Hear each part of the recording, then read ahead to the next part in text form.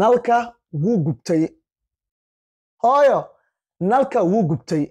waa muhiim luqadda ingiliishiga nalka wuu gubtay waxaan ku leenahay the light bulb burn out nalka wuu gubtay the light bulb burn out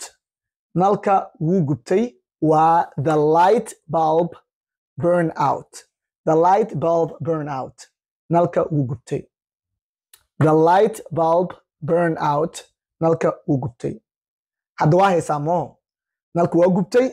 nalka wuu gubtay the light bulb burn out the light bulb burn out inaa ku celisaa lagaa rabaa fadlan muuqaalkan like-ta kiloowin maxaa yeelay dhiirigelinaya ii tahay jumladda labaad maaso ayaa i qabatay ku dheh luqadda ingiliishiga maaso ayaa i qabatay ama koronta i qabatay jaajarkaa gelinaysa teleefonkaaga maasaa ku qabatay ama korontaa ku qabatay maaso ayaa i qabatay waxaan leenahay I got an electric shock koronta i qabatay ama maasaa i qabatay I got an electric shock koronta i qabatay ama maasaa i qabatay waxaan leenahay I got an electric shock ku celi marka adiga I got an electric shock koronta i qabatay I got an electric shock koronta i qabatay I got an electric shock that's it fadlan muuqaalka like-ta kiloowin koronto la'aan ayaa jirto xaafadoo dhan ma imaanin babeeko koronto la'aanaa jirto magaalada English ku dhebal niyo koronto la'aanaa jirto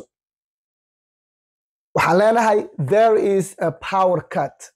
koronto la'aan ayaa jirto waa iska simple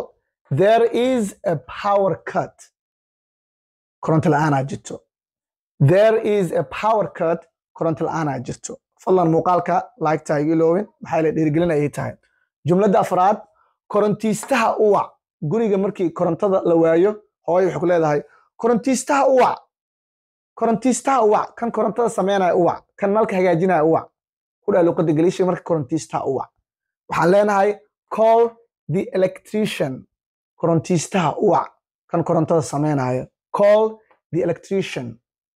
call the electrician qofka korontiistaha u wac ama korontada ku shaqeynaya call the electrician korontiistaha u wac call the electrician korontiistaha u wac call the electrician call the electrician waxaan waa lagu celiyaa jumladda shanaad bishaan korontada meeqay kuu keentay waa su'aal muhiim ah macallin bishaan korontada meeqay kuu keentay guriga waxaan leenahay how much is the electricity bill this month korontada bishaan meeqay kuu keentay how much is the electricity bill this month korontada bishaan meeqay kuu keentay how much is the electricity bill this month korontada bishaan meeqay kuu keentay jumladan adiga ayaa lagaa rabaa marka haddii aad luqadda ingiliishiga ku fiican tahay jumladanna dadka waaweynaa loogu talagalay oo luqadda ku fiican waxay leedahay gurigiina korontada ma joogtaa